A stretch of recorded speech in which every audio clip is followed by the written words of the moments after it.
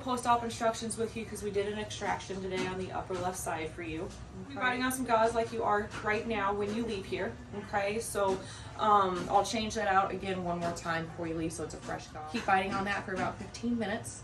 Okay, and then after that 15 minutes, change it out. And you're going to do that 4 times in an hour. Okay, so every 15 minutes you're going to change it out. After that hour, you should be fine. You shouldn't have to bite on any more gauze after that. Okay. Keep in mind you did just have a tooth extracted, right?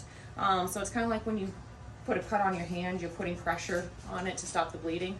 That's what you're doing right now, biting on that gauze. You stop putting the pressure on, you whack your hand, it's going to start bleeding again. Okay, so just kind of keep that in mind. Well, no smoking carbonated beverages or alcohol for at least 24 hours. Okay, that's going to prevent the healing from going the way we want it to. Okay. No small foods, peanut, popcorns, and rice for the next couple weeks. That's going to get stuck up in that extraction site.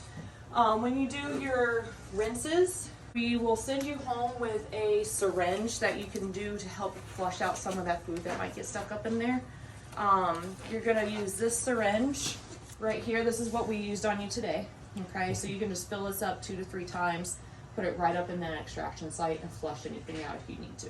Okay, if you don't want to use the syringe, you don't have to.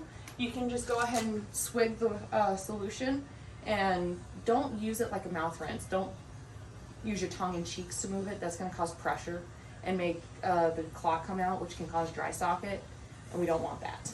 Okay, so what I want you to do when you do the solution is physically shake your head, and then I want you to swallow it. Okay, because we're going to use the copper solution until gone.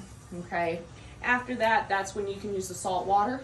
Okay, and then that one you can spit out. No one likes the taste of salt water. Any questions so far? With the copper, you say use it till it's gone? Yes. So how often do I do this? So you're going to do your rinses 3 to 4 times a day after you eat, pretty much. Yep, so every time you eat, you do your rinses. And that will start tomorrow, by the way. Okay, so rinses start tomorrow, brush your teeth tomorrow, not tonight. Okay? Oh, that's gone, then go to salt water. Yep, just for a week. Yeah. Yep. So, and the copper, the reason why we have you swallow it is because it's going to help systemically, overall healing purposes. I'm going to change that gauze out for you, and we'll see how that goes. So I'm going to use 4 pieces of gauze here. So 1, 2, 3, 4. Okay, and then I'm going to have you soak it in the copper when you get home. But for today, I'm going to use the water. Okay, so I'm going to come over here, and I'm going to get it wet.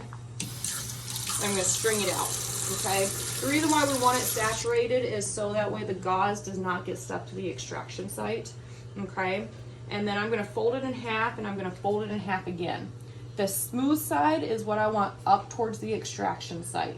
Okay, so not this side that are all rough, because that's multiple spots that can get stuck to the clot, and we don't want to lose that clot. Okay, so just the smooth side up in that opening where the extraction was. Okay, questions on that? Nope. Okay, so go ahead and change this out. So you're looking really good here. Okay, so I'm just gonna, and then go ahead and bite together for me nice and tight. Excellent.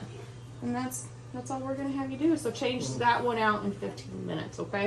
If it's looking like this or less, you're looking phenomenal, honestly. So not a lot of bleeding there.